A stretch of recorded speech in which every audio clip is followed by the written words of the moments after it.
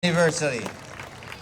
Kasama ko po ngayon ang inyong kababayan, masatawag nating kababayan, kapitbayan ninyo rito, ang dating mayor ng Angat, si Angelito Vergel de Dios, Director of the Traffic Operations of the MMDA.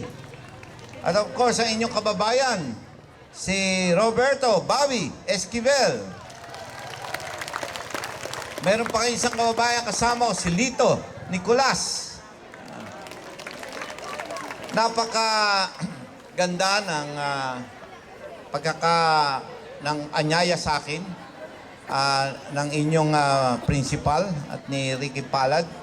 At sa kanyang pagpapakilala, mukhang malaki ang kaalaman ng bayang ito sa mga adhikain, sa mga advokasya ng aming ahensya, ng MMDA.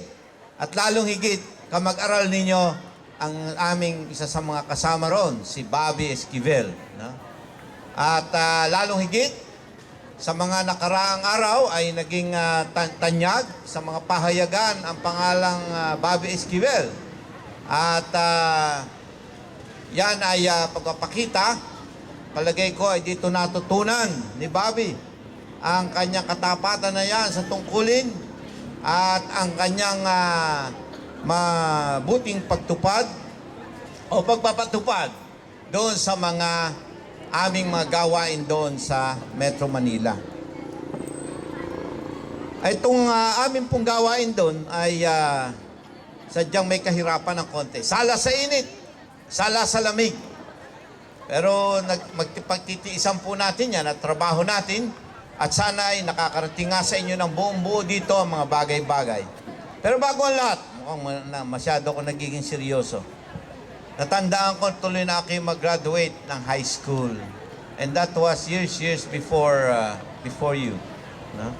Mas matanda ako sa inyo. Ako'y senior na.